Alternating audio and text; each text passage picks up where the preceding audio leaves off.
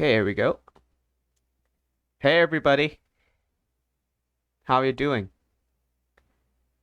Good. How are you? I'm doing fine, thank you. So, today, let's see if I can share my screen again. Yes. Perfect. So, I will also change my video to my snap camera because why not? Yeah, there you go. The setup's much better now. So, Uh, it's been like I don't know 2 weeks again. Last week I had to go to something very important, so I wasn't able to conduct another tutorial. Today we're gonna summarize all the concepts. I have no idea what week this is though, so I seriously have no idea what week this is. So, We just finished week 9. Week 9. So I think it's like 8 to 9, I think. Because we have like I'm not sure when we had our midterms though. Like it was midterm like week 7 or something. I think it was week 7, yeah. Okay, so it's week 8 to 9. All right. That's fine then. Thank you. So, hang on.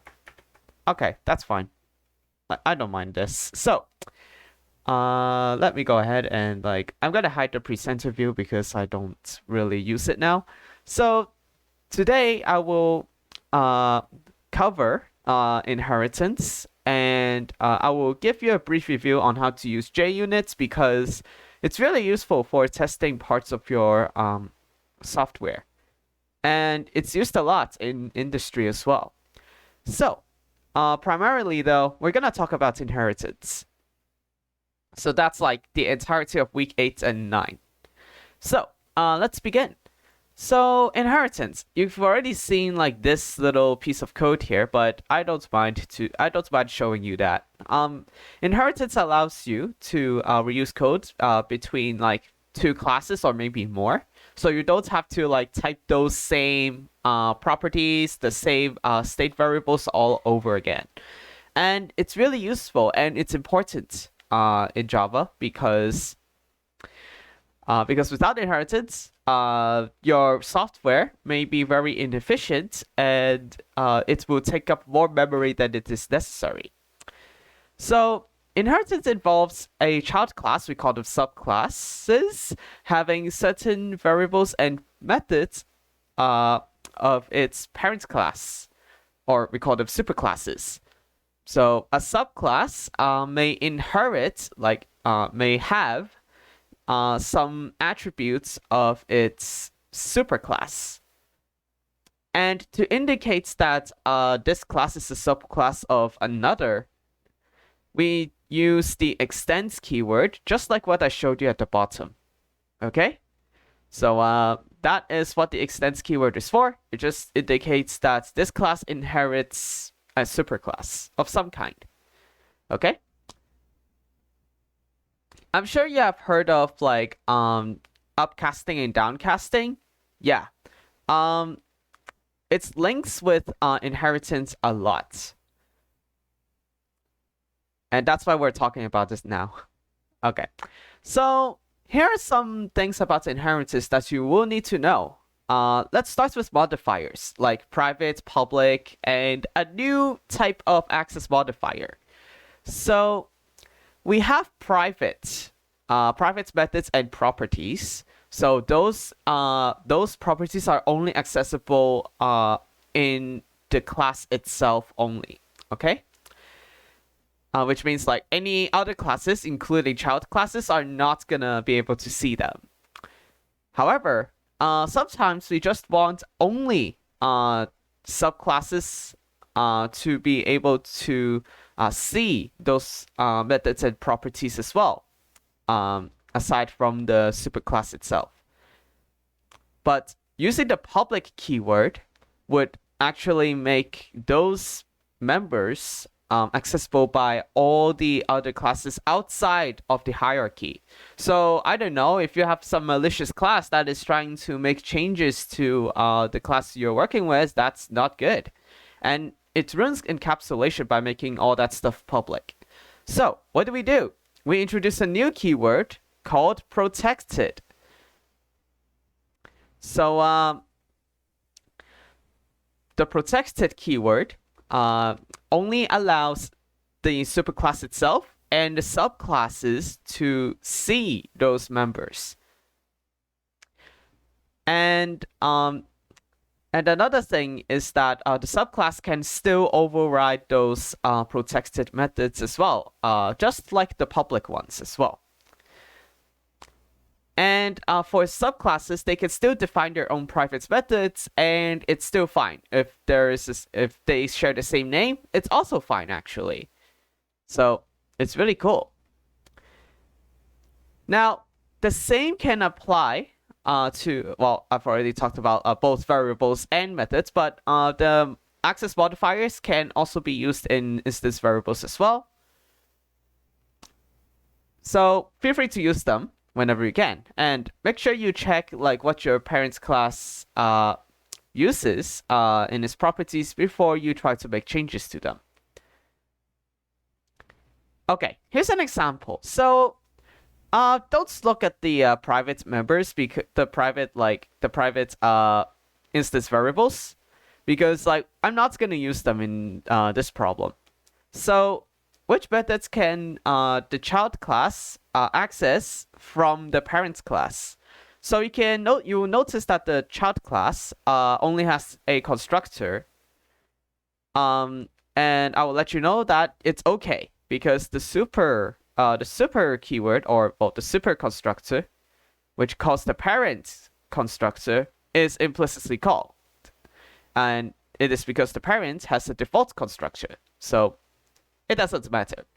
So which methods can the child class access from the parent? So look at the three methods A, B, and C. Tell me which ones are accessible by the child. Anybody? I'm pretty sure A and B are accessible. Yeah, that's right. It's A and B, because the child class can actually access public and protected methods. The private members, however, are only for the class itself and not for all the other classes. So yeah, it's good practice to know all that stuff in case you have exams regarding that. Yeah, good job. Okay, here are some things about inheritance and methods, which is actually quite an extra thing that I would like to tell you. So subclasses are still classes on their own. They can still have their own methods and variables, which means you can make new methods in subclasses, and that's fine too, because remember, subclasses are still classes on their own. And they can also override methods that they have access to from and those overridden methods can have the same name and signature. And that's how you implement like various different behaviors for different classes while still maintaining that relationship between the superclass and the subclass. And I think we're gonna try that in the live demo as well. So just to let you know that if there is an override in the well, okay, hang on. Oh yeah, that's about the superclass. If there is no override in the subclass, the superclass's implementation will be called instead. So if you say something like subclass.a and A is not overridden, then this A refers to the superclass's implementation of A. I don't have an example in here, but let's see another one later. And just as a good practice, use the override annotation to tell the compiler that this method overrides its parent or its superclass. Okay? Yeah, it's optional, but it definitely makes the code cleaner. Yeah, even my professor tells me that just use the override annotation whenever you can, or whenever you have to override a method. Another thing you have to know is that when you override a method, it cannot be restrictive, like more restrictive than its superclass. So if your superclass it has defined a method that is like, I don't know, private, you cannot make your superclasses override, or well, not superclass, your subclasses override to be public. So don't do that. Your compiler will be very angry if you do that. However, the opposite is fine. Like you can actually turn your superclass's private method to a public one in your subclass's override. So it's used a lot, and it's really cool. Yeah. So I have to. Oh, any questions? Caleb? Yeah, can you go back one slide, please? Yep. Can you override a private method? Can you Because override a private method with a private thought you- method? You mean? No, like the last line on the slide. It says example overriding a private method. Can you Override? even override? Yeah, you can override a private method, but make sure that it is less restrictive, or it has the it has the same access modifier. So you can override your private method as a private method, and that's okay. You can override a private method as a protected method, which is also okay in case you have to extend that class even further. Or you can override a private method as a public one, and that is also okay. Like, as long as it's less restrictive, you're good. Okay, I see. But like earlier, you said like a subclass can't see private methods from the parent class.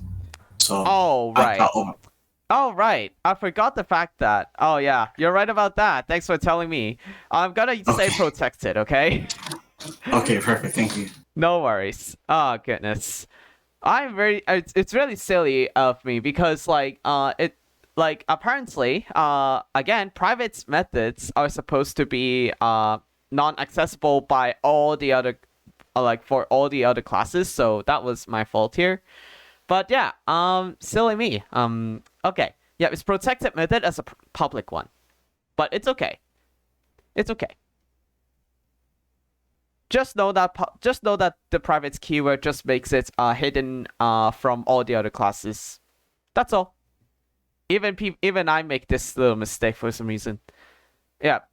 But yeah, protected method to a public one, it's okay. And I'm sure you know why. Yeah.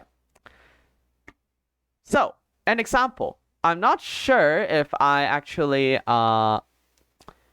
okay, I think this is okay because like the access modifier is the same.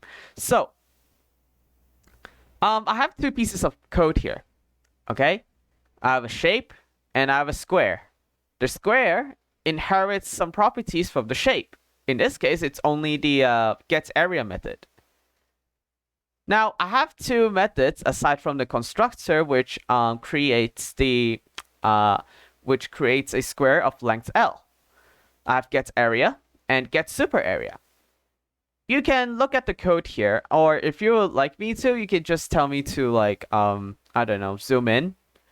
But I have also another file which has the main class, which has the main method. Yes, this is actually okay. I tried that in NetBeans before, and it actually works somehow. Maybe my experience is different than yours. And if that poses a problem, then just change the class name and the file name as well. And inside the main method, I have made a new square of length 5. And I print the results of both getArea and getSuperArea. The question is, I can actually confirm that this compiles successfully. What is the output? Anybody?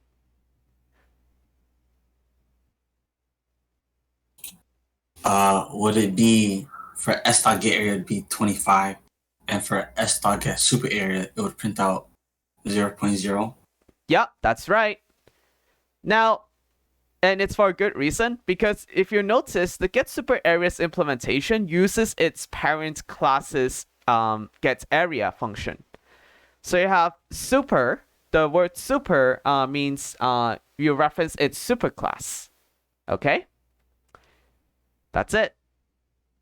And also getArea just overrides the shapes implementation of getArea which means if you call the get area from the square, you will get just the length times the length, which makes sense, you know, if you take mathematics. So yeah, that's it. Good job. Now, here are some things about inheritance and constructors. Now, you know, you can use the super keyword to call the superclass's constructor.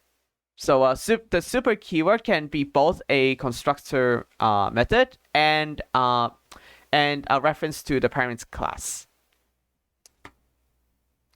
So there are also some things in Java that you need to know about inheritance and constructors. If the superclass has a default constructor, at this point you should know that it is just the constructor with no arguments or parameters. The subclass can actually call this empty constructor implicitly, so you don't have to call it yourself, and it's really cool. However, if you don't have a default constructor, you'll have to call the super constructor yourself, okay? And make sure that the super call is the first line in your constructor, in your subclass. Any questions? Going once, twice. All good. All good? Okay. So let's practice a bit about constructors. So here I am in some kind of mini supermarket here. And what I have is a class called item, which uses a protected constructor. Does that work? When I checked on Replit, it does. Because you know, protected is still an access modifier. You could just smack an access modifier into any method, and it's okay. The constructor just sets the price of an item by default to 10. Okay.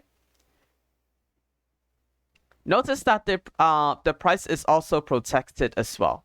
The price instance variable. Now, let's extend the item with a thing called apple. Very weird, indeed, yes. I have a public constructor of apple, which means any class could use it. And what this does is it sets the price to 0.99. I mean, hey, who doesn't like a very cheap apple, right? As long as it tastes good. So yeah, there you go, a $1 apple. You're welcome. It's very common though in supermarkets, I guess. Maybe in that range. Maybe in like, I don't know, $1 to $2 per apple. I don't know. I don't know the prices of that, but yeah. Feel free to look up the prices of apples in supermarkets and you'll see. Of course, I also have a get price method, which returns the price of this apple. Okay? So, I also have the main class, which makes an apple and gets its price and prints it out.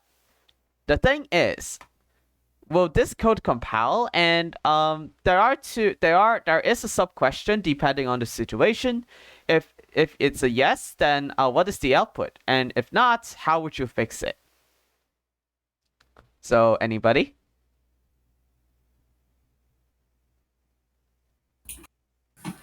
I think it would compile because nothing like is screaming at me that something's wrong. It seems okay. And Okay. the output be like 99 cents or 0.99. Yeah, sure. It can. Yeah, it will compile because if you see what I mean by default constructors is that it has no parameter. Okay? That's the very definition of a default constructor. And you will notice that both item and apple classes use default constructors, right? So what Java will do is that it will call the super's default constructor first, and then it will set the price to 0.99. Is that a good?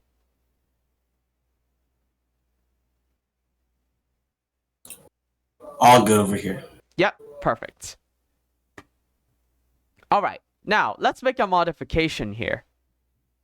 So, if you haven't noticed, look at the constructor for item now. Look what's happened. There is a parameter now, which means guess what? The default constructor is no more. So now that we don't have any more default constructors, here's the question again. So how about now? So just the same two questions with the code compile, and just answer the sub question depending on the situation. Anybody? It will not compile because there's no default constructor in the item superclass. So you need super in your public Apple constructor now. Yep, that's right. In that case, all you have to do is you just add the super and then like just define your price to be 0.99, and that's okay as well. And like what and even better, what I can do is to just like wipe out this dot price line because I don't need it anymore. So yeah, what I can do is to replace it with just super super 0.99. That's it. And it makes sense actually. Yeah. And once you're done, of course, you can still call the stop price and it will still print out 0.99. I tested that on Replit, so I verified that it actually works. With this correction. Yeah, good job.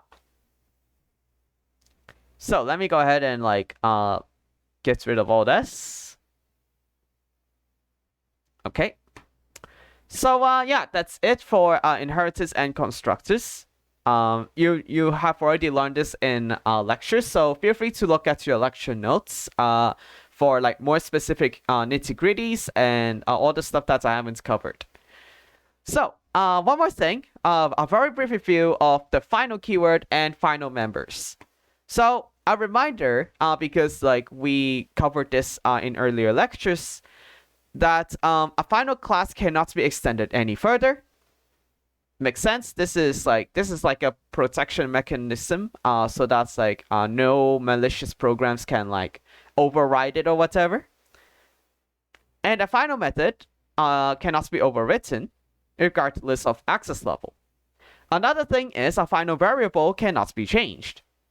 This is already covered in the previous lecture, so I didn't include it here. Of course, depending oh, hang on. Okay, let me try this again. So depending on the access modifier, the subclass can still have access to those final methods or final classes. Okay. Of course, they can read it, but they cannot just write it. Okay. Yep, that's about it. Like that is one assumption that I made in this point is that the superclass is not final. Okay, which means it can still be extended. Otherwise, I wouldn't even have a subclass in the first place. Any questions?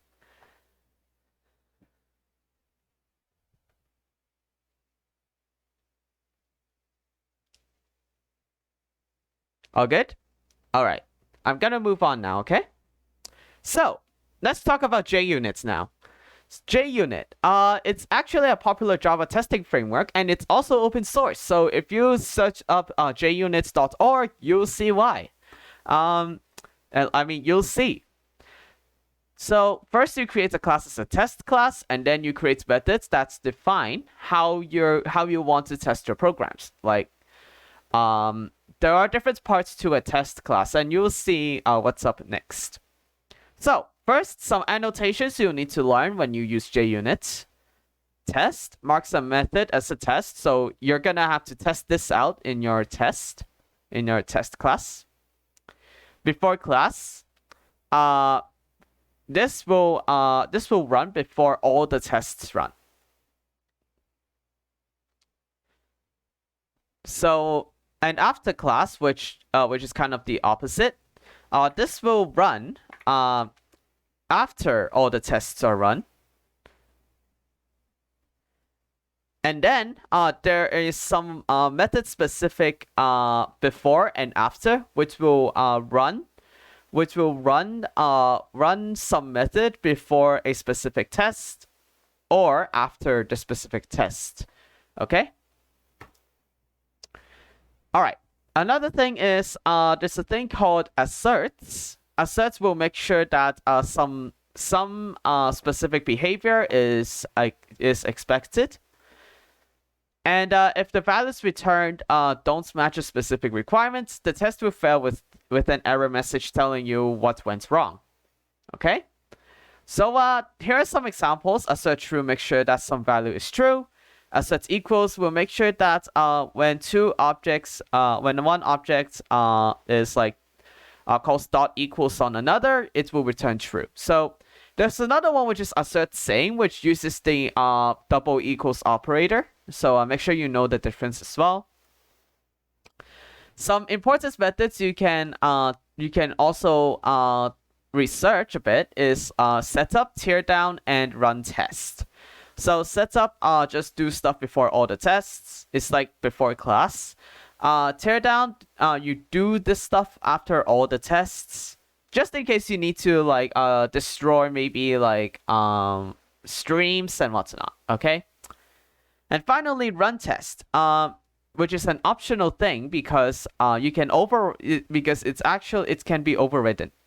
So you can override it to run specific tests, or like I don't know, you can override it to run tests the way you want to. And maybe there are some use cases, but most of the time we just don't. So here's how you generate tests in NetBeans. So you right click on the class you want to test. We're gonna do that in the live demo actually. We're gonna go to tools in the menu and create JUnit tests. I don't really like how autocorrects just turns it into JUnit, which is actually something else. And then you configure what you want to have in your boilerplate for your test class, and then you just implement your test methods. And that's it. And then you just run the test. So yeah, that's it for JUnit. It's a really brief review because I don't really want to talk too much about it. Because your lecture notes already covered like a lot of stuff regarding JUnit. All you have to do is to just practice it. Okay, let me go ahead and like take out NetBeans so that we can like start the live demo activities. All right. So hang on. Let me also close this window. Wait for NetBeans to arrive because that will take a while. Let me go ahead and like close this. You're not supposed to see this. That is my lab. Let's make a new project. Which will be called I don't know. I will call it tutorial 4, but you can call it shapes and whatnot. So here's what we want to do. We're gonna have a parent class or a superclass called shape, which has two methods: gets area and gets perimeter. I'm sure you know what you want, what you will have to do at this point, but yeah, you feel free to do it by yourself as well if you want to. Both methods are protected and they both return 0 as the default because we don't have anything to do with them. Another way we can implement this is through abstract methods, but abstracts does not have an implementation.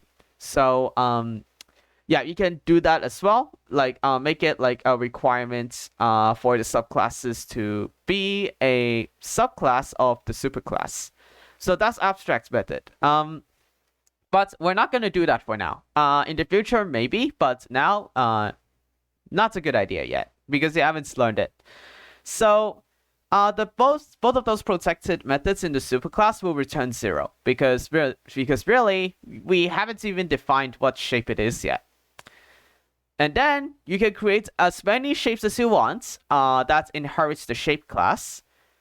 So you can do the research on your own for the formula for area and perimeter and define whatever variables you need to do to compute those two things. And finally, just test one of your subclasses with JUnit. That's all. It's just as simple as that. So let's begin. First thing is that I opened up NetBeans, and let me go ahead and open up the magnifier. Hang on. There you go. So for the magnifier, you can see what I'm doing on top of my screen. So in case like you have in case you will if you want to see. So first thing is that get your NetBeans IDE up, and then click on new project. I'm gonna use the Java class library with Ant. Okay, use Ant. Don't use Gradle or Maven because those don't have like are not able to like run those are not able to run like main methods in like class libraries. So that is like that. So use Ant. We use Ant in our labs as well. So let me go click next. I'm gonna create a project. This time I'm not gonna use like tutorial what because I want to make it a legit project's name. I'm gonna call it shape. And then browse this. I'm going to go to my workspace. And there you go. Make sure you pick the right workspace for your things if in case you have to. I'm gonna finish. Okay, so here's what we want to do. The first thing is that we want to create a class in some package, okay? I'm gonna create a Java class for now, and I'm gonna call it shape. And the package is gonna be something like tutorial 5, I think. Most likely it's tutorial 5. And then I'm gonna say dot, and then I'm gonna say shapes. So yeah, you can do whatever you like, and just do. I'm gonna go ahead and look at some things. Hang on. So hang on. Let me go ahead and turn this off for a second. I want to make sure that that is the right how should I say it? That is the correct tutorial number. Yep, it's tutorial 5. All right, good. Let me go ahead and take back my magnifier. There you go, perfect.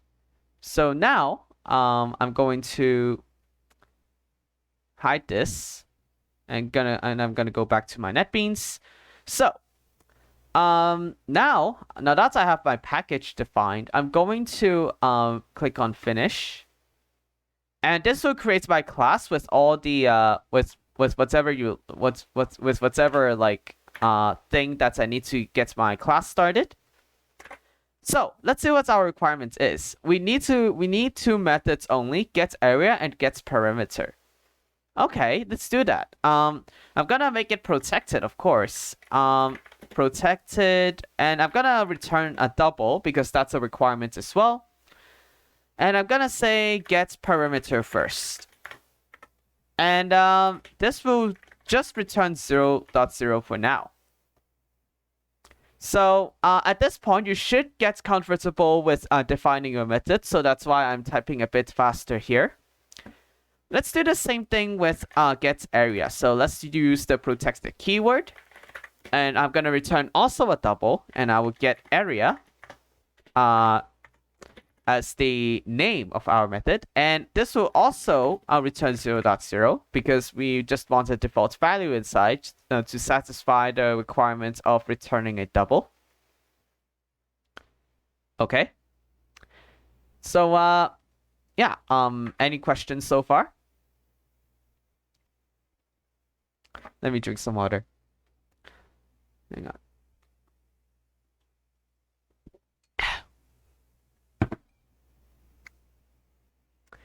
Okay. So I'm just going to type a comment of what this class does. Base shape class to how should I say it? Base shape class to define other shapes. I don't know. I don't know how to do this. I don't know how to like write documentation correctly.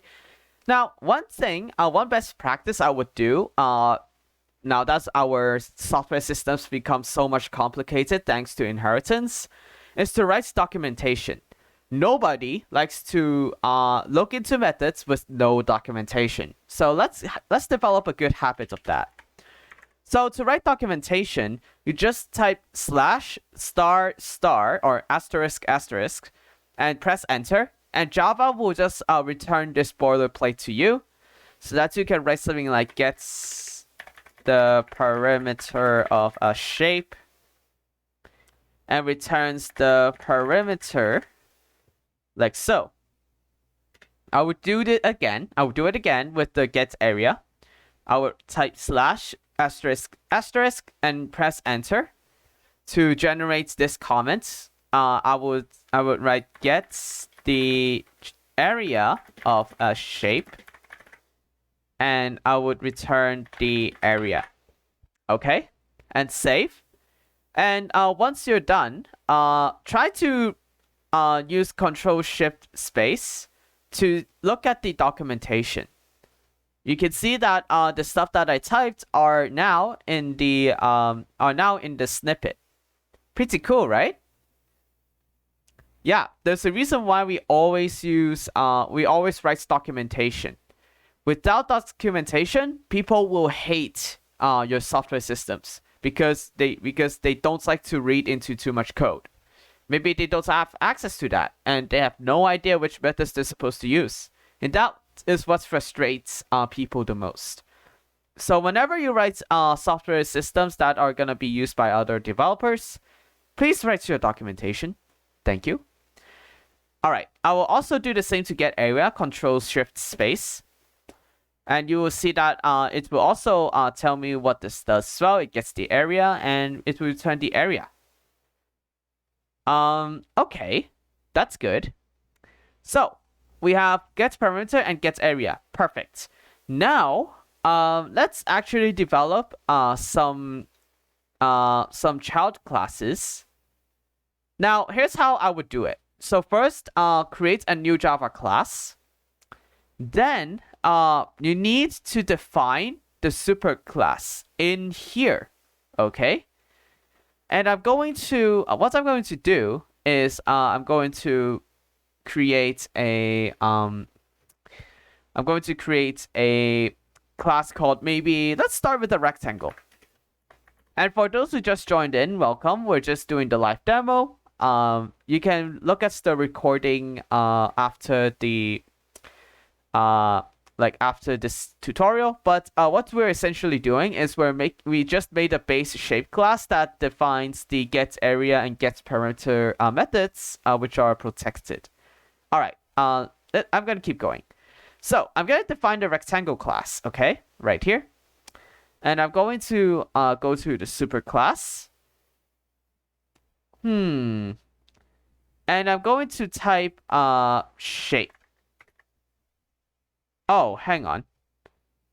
Oh no, what just happened? I have no idea what just happened, but apparently it has no idea why it has no idea of this shape class. Maybe there's something wrong with it. I don't know. Hang on. Let's see if there's anything I need to do. Let's see. Nah. You know what? I'm just gonna create a class and let's see why this is not working. I made sure it's public, however, so I don't mind. Let's call it rectangle. And now I'm going to you know what? Hang on. Let's see if I can compile and let's see if I can compile this file. Compile. There you go. Okay, let's see what happens now. Rectangle. You know what? That's okay. I'm just gonna do that manually. I'm gonna finish. And what I'm gonna do here is I'm going to say public class rectangle extends. I'm gonna get the shape as my class, and this should be okay now. Okay? And what I'm gonna do is I'm going to say class representing a rectangle, and that's about it. So as you know, a rectangle has two sides, the length and the width. I'm gonna use those two words to define my rectangle. So what I'm gonna do is I'm gonna type I'm gonna use private instance variables. It's a good practice for encapsulation purposes. I'm going to say I'm gonna use double, and I'm gonna say length, and I will do the same to width. Okay. So you should have these two as your rectangle. And what I'm going to do is the next thing is I'm gonna need to create my constructor for my rectangle. So let me go ahead and write public rectangle. And I'm going to write documentation for that. Oh, hang on.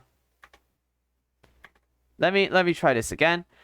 Before I write documentation, I want to define my parameters first.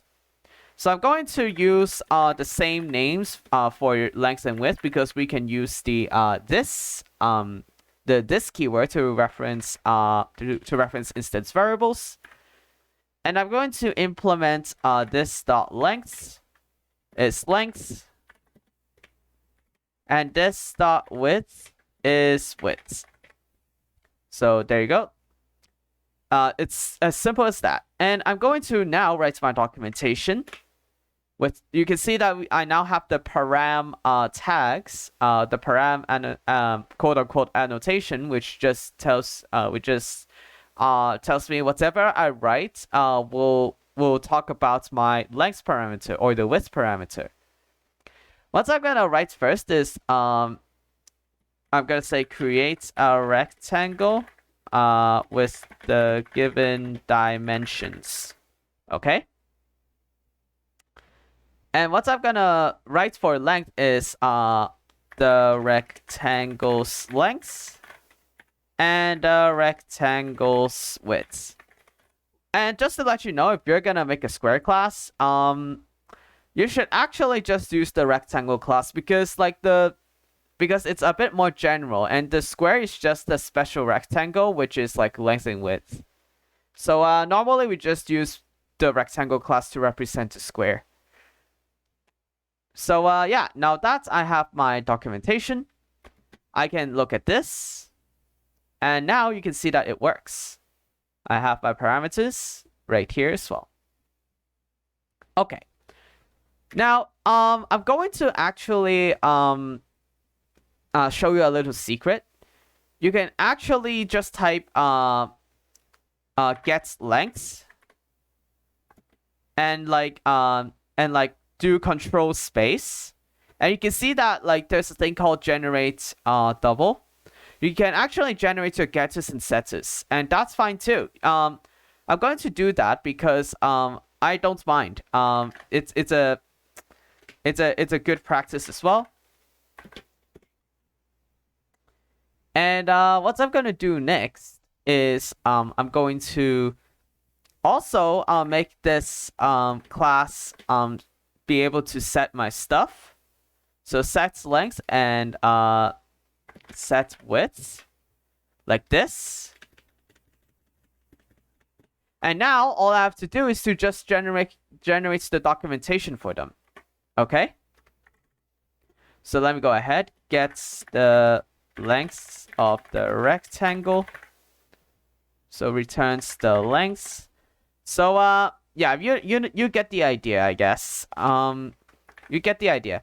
So I'll try to develop a good habit of writing documentation, because it will help you in the long run. I actually regret not writing documentation, because it makes developing stuff much harder than I thought.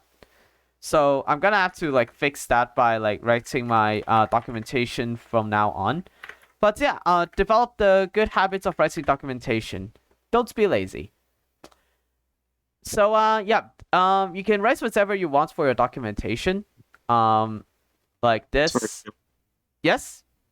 how did you quickly write the documentation? Like quickly create the comments? Slash asterisk asterisk, and then enter.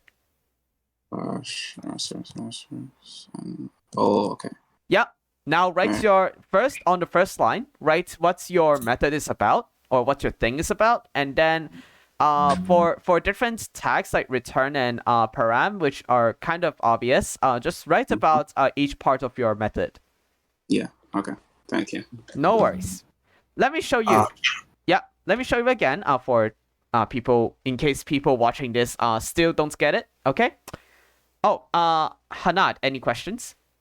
I was gonna say, how did you write your getter and setter method so fast? What did you do? Remember when I said there's a shortcut for doing this? Just first I'll write something like get with and use control space.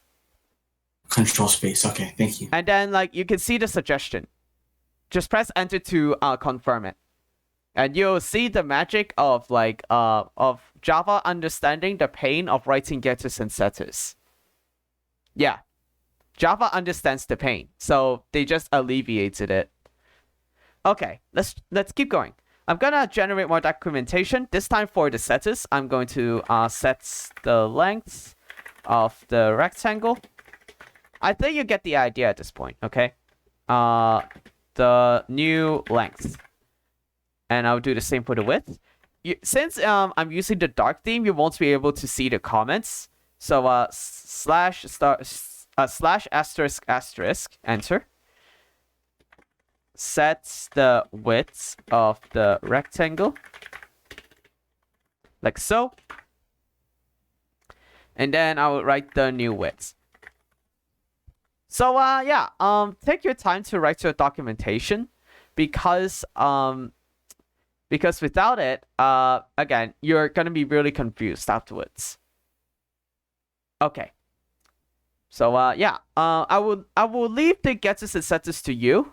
Because I want to move on to now the two main methods that I want to implement: the get area and the get perimeter. Let's start with get perimeter. So to override without like having the pain of typing a lot, just use the suggestions menu. So control space. And then what you get is get area and get perimeter. That will tell you that you want to override these things. Let's use get perimeter first. Okay.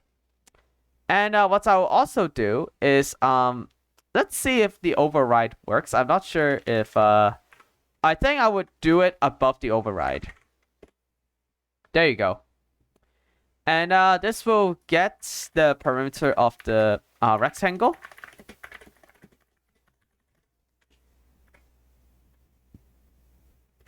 The perimeter of a rectangle is defined as, I'm sure you know how to calculate the perimeter. It's 2 times length plus width. So like 2 times the quantity length plus width, or 2 times length plus 2 times width. Okay, just to account for the 4 sides. So I'm going to write 2 times length plus width. And this will return the perimeter. So how I'm going to do this is I'm going to return 2 times the length plus the width. You can do it any way you like. And it doesn't matter if 2 is an integer here, because remember that our instance variables are all doubles. So we're basically doing double multiplication. Okay? So any questions so far? No, I'm good. Okay. Okay. Good. All right. Let's move on.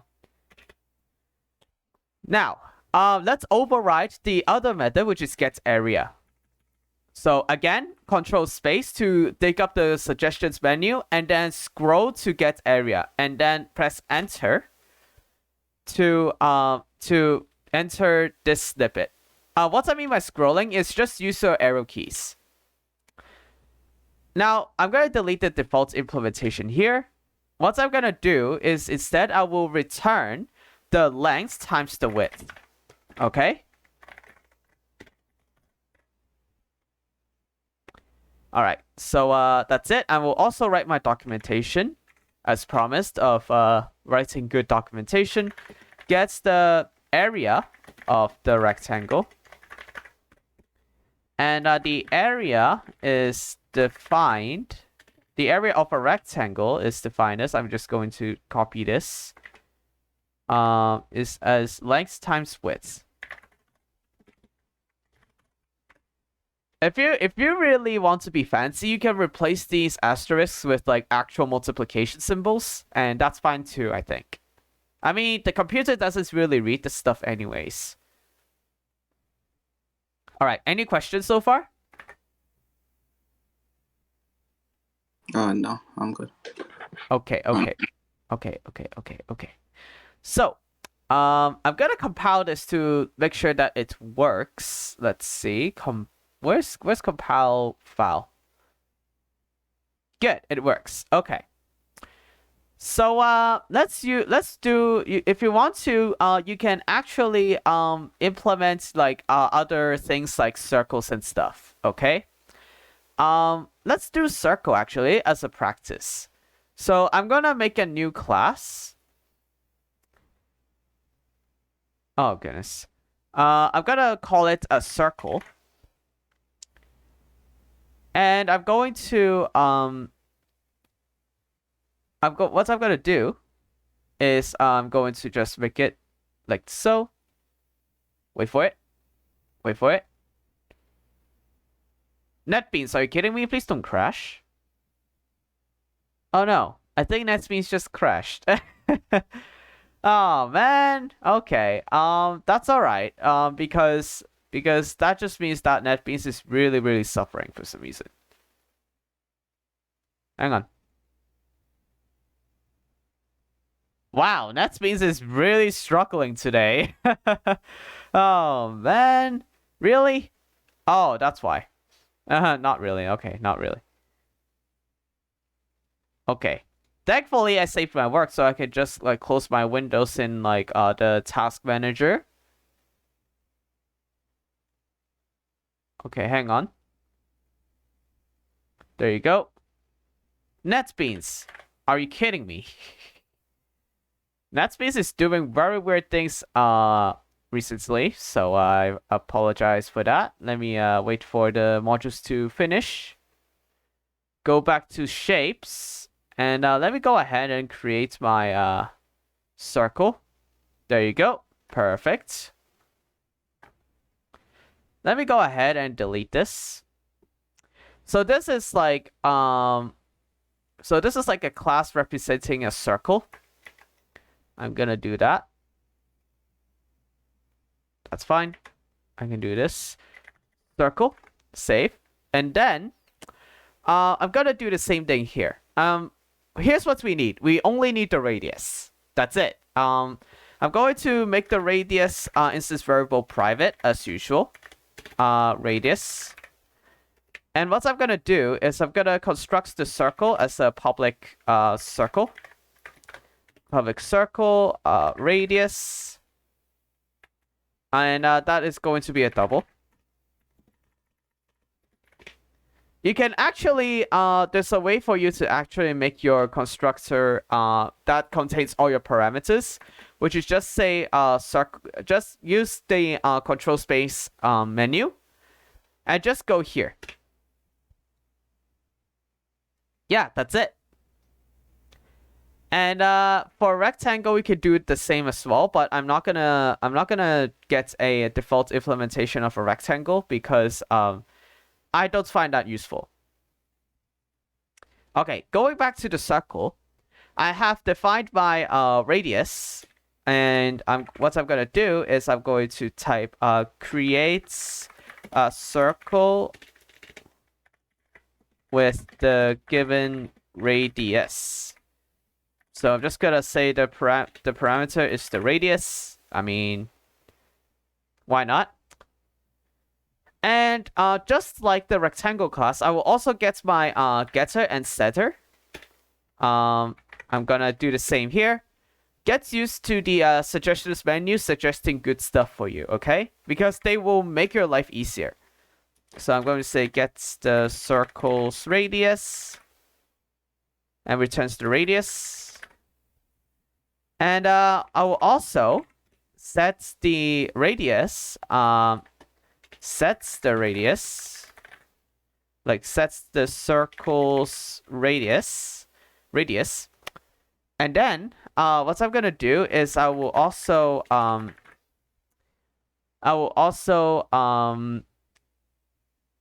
supply the new radius as the parameter. And what we have is this dot radius being, well, the new radius. Yeah, it's as simple as that. NetBeans really helps you out in this one. Okay, let's get to the main stuff, which is the get area and get parameter. I will import those two things as well. But before that, I forgot to tell you to extend the shape as well. You have to extend the shape in order to see those get area and get parameter. I'm going to do that now, and I would get the parameter and gets the area as well, like so. And what I'm gonna do is I will also write documentation for these. This will get the parameter, or if you want to be fancy, circumference of the circle, and that is like and that is what is gonna be returned. And what I'm gonna do for area as well is the same thing. Gets the area of the circle, and this will return the area. Okay, so to implement our parameter, it's just 2 pi r. So I have like no I have like, I don't know. I think like everyone should know this already. The circumference of the circle is defined as 2 times pi times radius. Okay. I will also write the same thing here. The area of the circle is defined as pi times r squared. Okay. So I'm going to do the same. I'm gonna do the parameter first. I would return 2 times mass dot pi times the radius of the circle using this dot radius. Okay. Just remember that apparently the mass class has the constant pi, which is this, and like it works. Okay. Now let's do the same here. Let's use the formula pi r squared as the formula for our area. I will return mass dot pi times this dot radius times this dot radius. Now, if you want to be fancy, instead of this, you can also use mass dot power or mass dot pow, and you can do radius too. Like that. So radius is the base, and the exponent is 2 in this case, and that works too. Okay. So any questions at this point?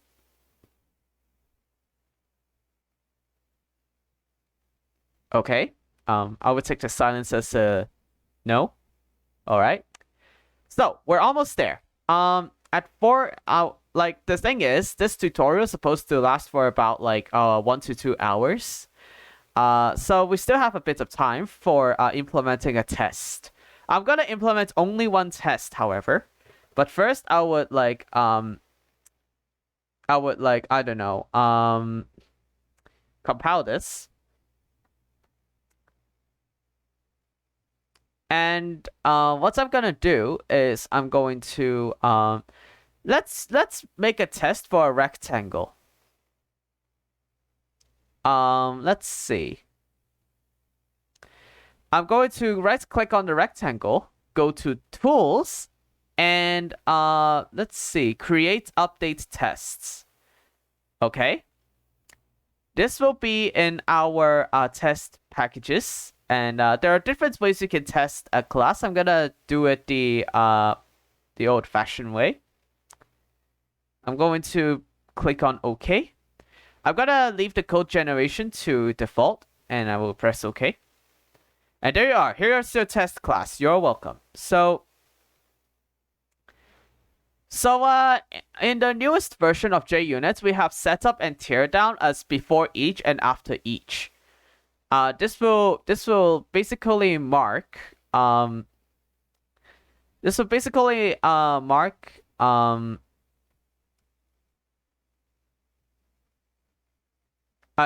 should I say it? I think there's a difference between setup class and setup. According to my notes, if I even have one. Let's see. Let's see if I have that. Okay. I think before and after I really need OneNote. Sorry about that. Somehow I closed OneNote by accident, so that's why somehow things got a little bit weird. Yeah, so setup just does stuff before any tests take place. Okay, yep. So let me go ahead and like be specific in that one as well. Before any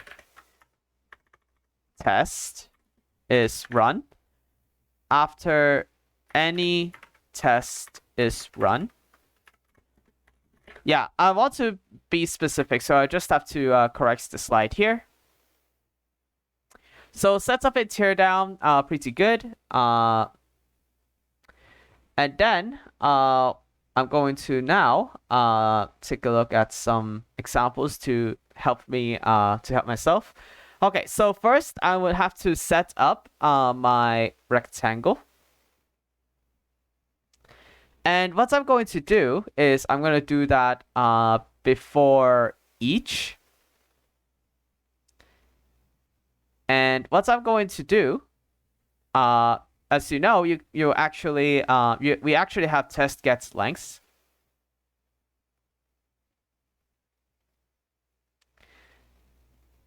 Okay, that's pretty good. Now, I'm going to first test out get length then. So first I will make a rectangle. I would write new rectangle 88 and 12. And my expected result should be 88 times 12. Or actually, hang on. My expected result is 88 for the lengths. Because according to my documentation, just highlight the new and then use Control Shift space. I would actually have I would actually need the length and then the width. Okay. Let me wait for my magnifier to work. Thank you. Trying this again. Yep, there you go. So you have length and width. And my length is supposed to be 88. Okay. So assert equals will make sure that these two things are the same.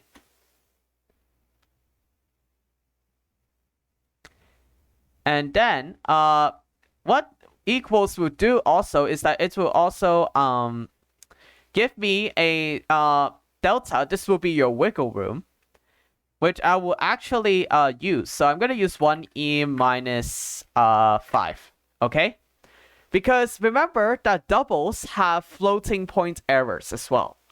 Even though their precision is large, eventually there will be errors. So that's why they added this delta here, just in case.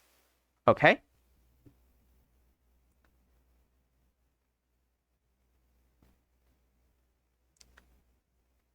And what I'm gonna do is I'm going to just remove this. So what assert does is that it makes sure that expected and equal are within the delta wiggle room, like the in their difference, and that's pretty good. Okay, so that is like kind of like how you run asserts. I will also do the same thing here. You know what? What I'm gonna do here is I'm going to make myself a rectangle. I would say something like rectangle R. And what I'm gonna do is I'm going to maybe set up the class by saying this dot R equals to new rectangle. Yep, it actually kind of works. I'm gonna make it 8812, just like before. You can modify as much as you can. Oh, and apparently I would also need that to be static. So I'm gonna make it R like this. So this is just in case so I'm gonna need to make it static because I have to set up the class with it. I'm gonna make it R1 because why not? And I'm going to instead of creating a new rectangle, what I'm gonna do is I'm going to use R1 like this. And I will also do the same to the result R2, like R1, so that I don't need the instance here. The expected result should be 12, because why not? And I would also use 10 to the negative 5, but you just write 1e to the minus 5 for saying 10 to the negative 5. This test case is a prototype. No. I'm just gonna delete this. And now we can like test as many as possible, and that works as well. I'm going to now how should I say it? I'm going to now configure the other methods. So I'm gonna show you. I'm going to set the length as R1. Set the length to maybe, I don't know, 5.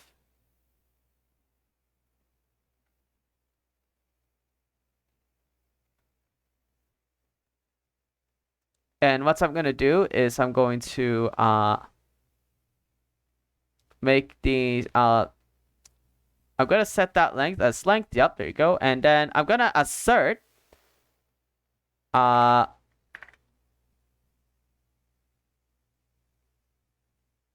let's see. I'm gonna assert hang on. Oh no. I'm gonna assert that the length is actually equal with a bit of wiggle room, of course. Oh my gosh. Okay. R1 dot gets length. Hang on. And then I will also grab hang on. I'm gonna get the length. I'm gonna put the actual to the second. I will get the length, which what we set as the expected result on the first parameter. I'm gonna use 1e to the negative 5, or not e, 1 times 10 to the negative 5. This e just means 10 because we don't want to use t. Yeah, okay, that works. This can work as well. Maybe you can like make your own rectangles and like do the length test from there, but I just don't want to be repetitive. Okay, let's set the width now.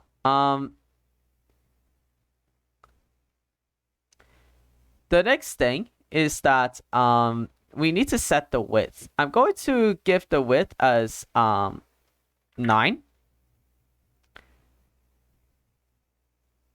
And then what I'm going to do is I'm going to hang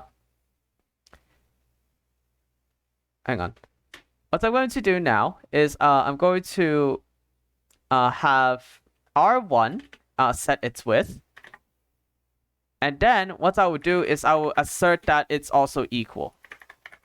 I'm not going to use the suggestions list because it's so long, but I want to make sure that it's equal to the width that we set. So I'm just going to do that.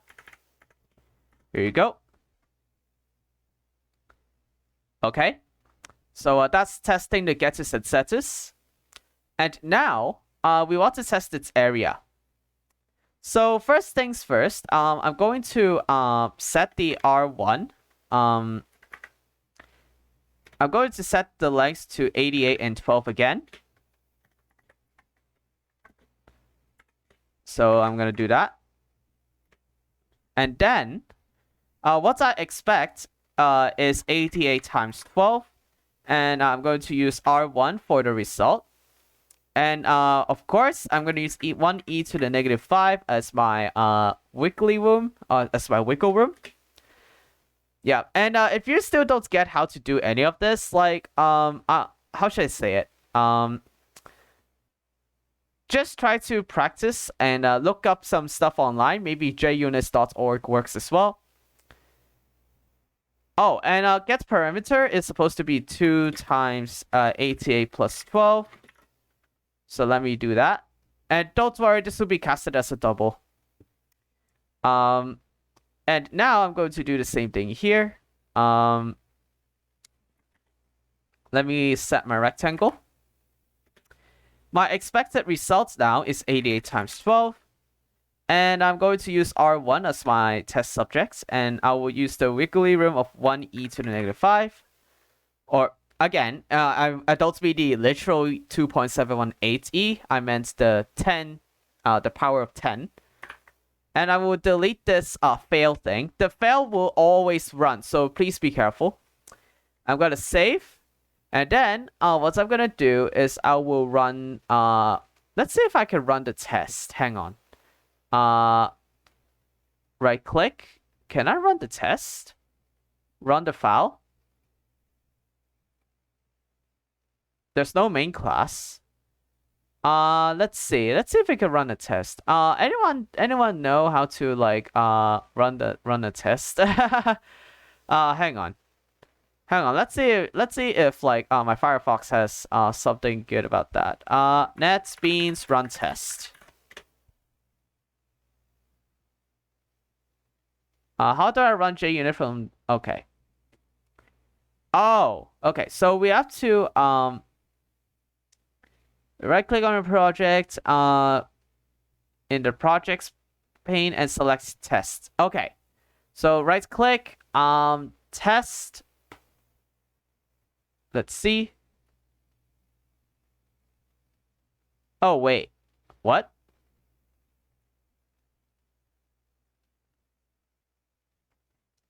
What on earth is that? Hang on. Let me go ahead and compile this. Hang on. Oh, wait. I think I kind of know what happened. Wait. Hang on. Let me go ahead and compile this.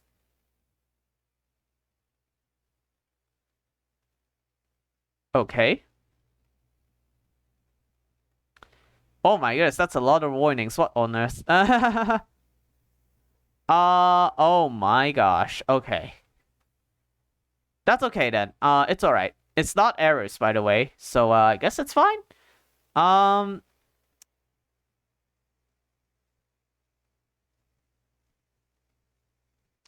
click on a test file and click on run test. Okay.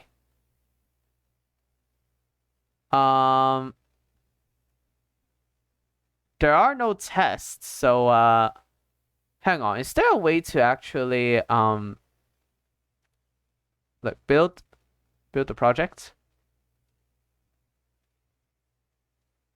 Huh. Set configuration. Are there any tests? Is there a way for me to like include tests in here? It's okay. I can test the file anyway. Oh. Just build fail. JUnits dot. Oh yeah, I don't have JUnit. Okay. How do I install JUnit? Hang on. The class path or module path for JUnit must include JUnit.jar, if not in its own class path. Okay.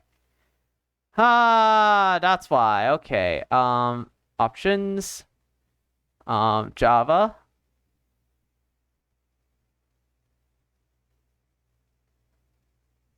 Okay. JUnit. Let's see. Ant.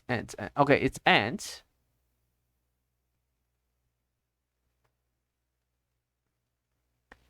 Okay. So I will need some time to maybe install ant or something or JUnit.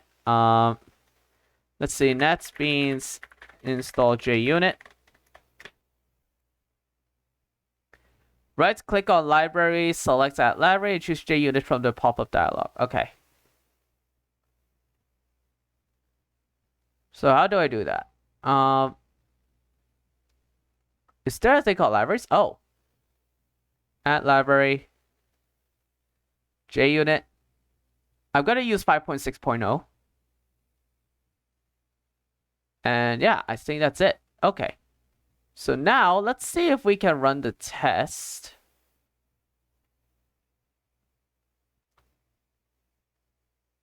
Okay. The class path or module path for JUnit must include let's see.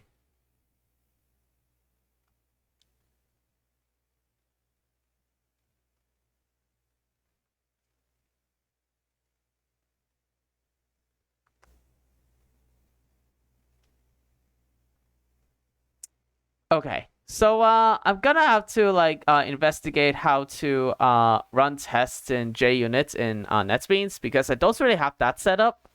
But let's see. But yeah, most likely it's most likely you need to install JUnit.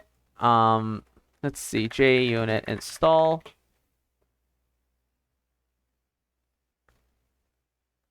So let's see. How do I install JUnit? So I'm gonna have to I just have to unzip. Download. Oh, hang on. Download add JUnit to the class path. Okay.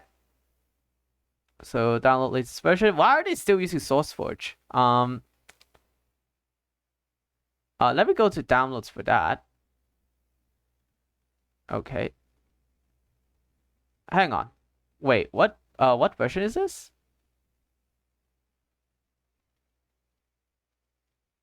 Why is it 4.1?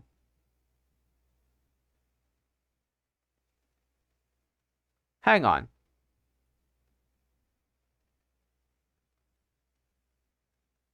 Hang on. Why is it 4.1? I thought it's supposed to be 5.6. What?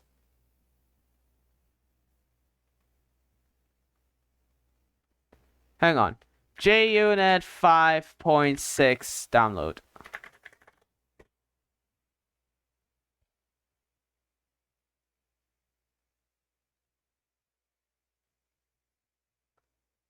Okay.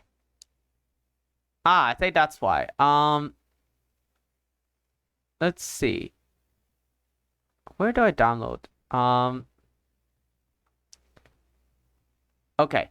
So yeah, I know that it takes a bit of time. So let me go ahead and see if I can get it. Okay.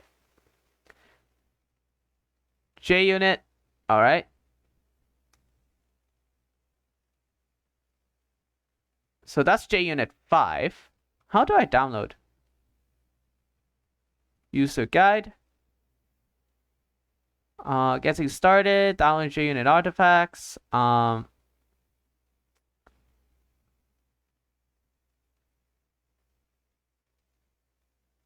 Okay.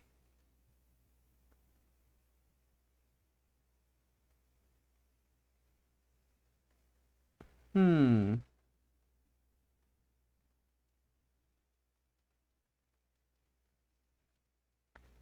Okay, nets means JUnit.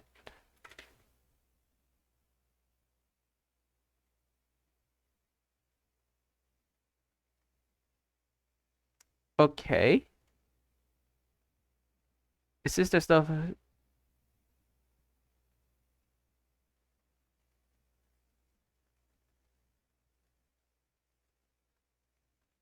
Hmm.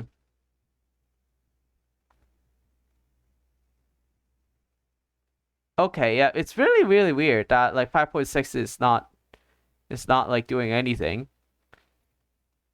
which is kind of weird.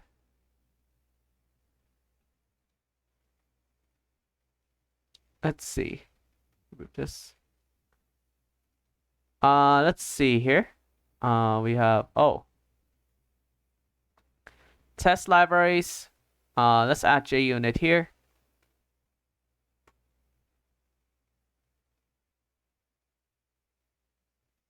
Um, let me go ahead and right click, run test. Put the file. Oh.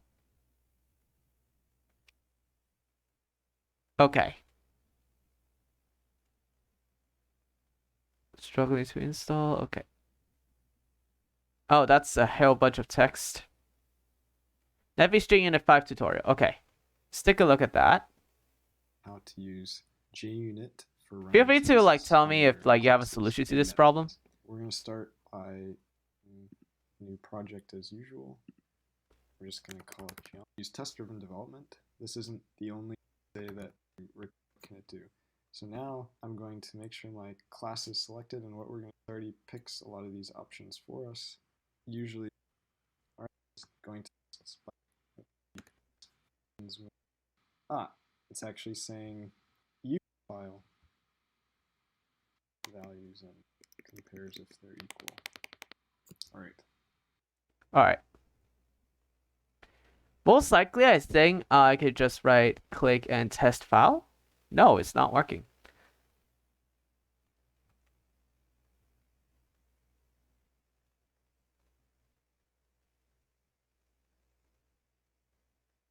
Right click, tools, create test. I think most likely, I think what I should have done is use JUnit 4.12, but like I want to use the newest version. Okay. Hang on. Nah. I'm just gonna write JUnit.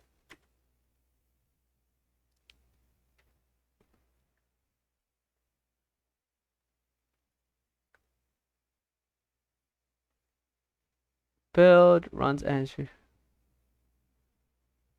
Make sure that JUnit is defining the class path. Okay, but like, where do I get JUnit?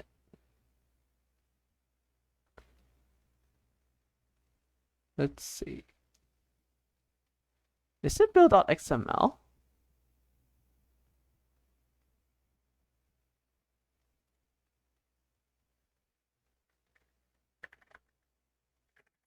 That means JUnit must.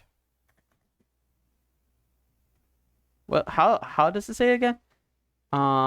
Must include JUnit.jar.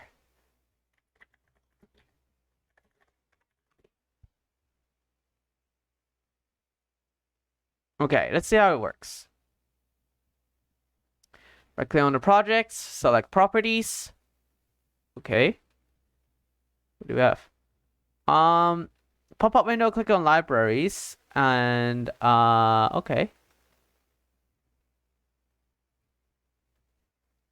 Oh, we need to add JUnit. Is that? Oh wait. Oh wait, hang on. Libraries. Remove. Let's see if we have a JUnit. Let's see if we can find. Can we even find it? No.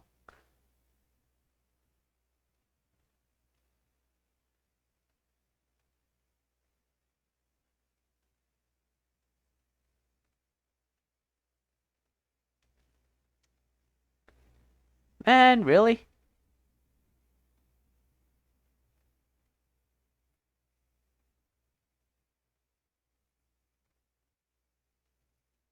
Oh, test, run tests.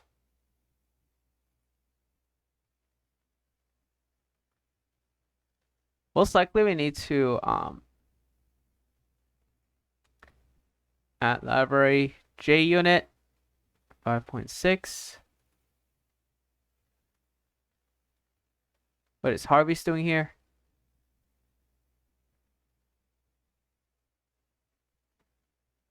Hmm.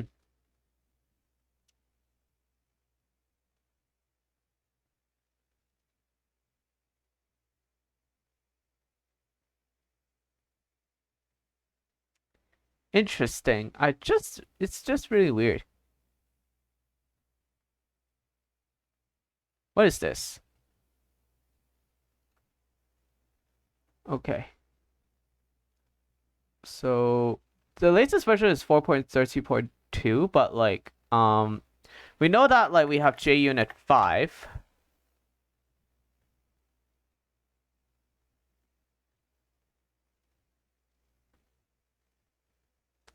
Hmm. Getting started. Find out what artifacts are down. Dependency metadata. So which one do we use? Wait, which one do we use? We use Jupyter. Okay. So we have Jupyter.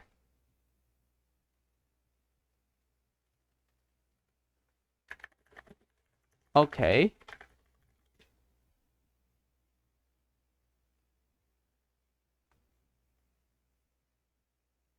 Hmm.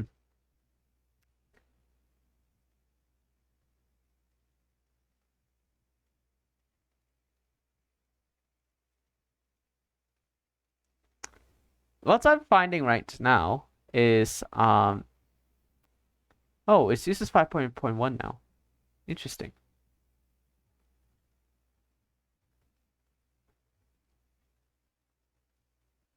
So at 5.7,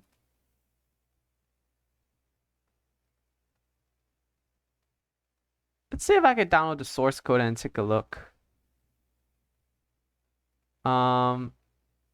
Let's see. I'm gonna go to D dev packages just in case, and let's see if I can find that. I have a lot of like different packages, so that's why like I just put it here.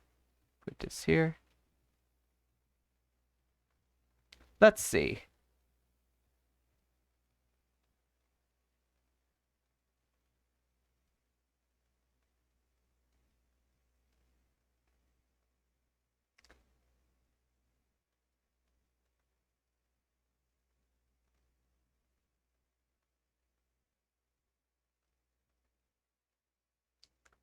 So yeah, this will actually take a while. I'm gonna test out to see if I'm supposed to download JUnit and use it to set this all up. I don't think it's necessary though. Run? Like, it doesn't work here for some reason. Which kind of sucks. Like, why are you like why is it not working if you're supposed to actually make it work? If you're supposed to work here as a full support. All right. Then we go ahead and go to JUnit. Let's see. JUnit Jupyter, I think. Yeah.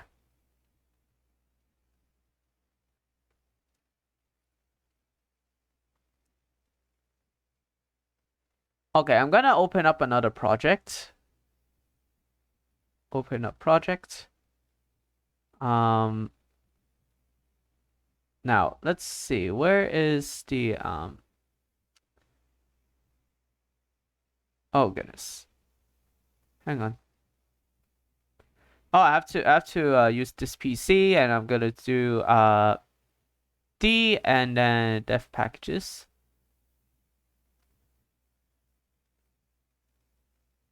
JUnit, there you go. Open the project. Over could not be found. Right click the project, and choose the resolve project. Oh goodness, what the? Priming build required. Good, it's not trusted on this project. Okay.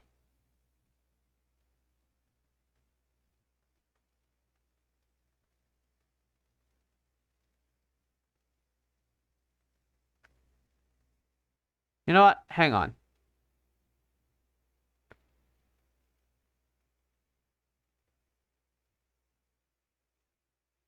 Okay. So yeah. Feel free to actually go. In case like I don't like. Oh, what happened here? Yep. Hana, thanks for coming, and I hope you have a wonderful day. Yeah. Have a good day. I will actually debug the issue to see why. To see why this is happening. But yeah, I'm gonna end the tutorial here. But hopefully I can like get that resolved soon enough, because this is extremely stupid. But yeah, feel free to make your own main method to test out your shapes. Yeah, have a good day. All right. So yeah, that's it, folks. I'm not going to like continue this tutorial any further because this is not going anywhere. So yeah, I'll see you all next time, and hopefully I'll be able to like solve the problem of JUnit. This because again, it's extremely ridiculous. So yeah, have a good day, everybody.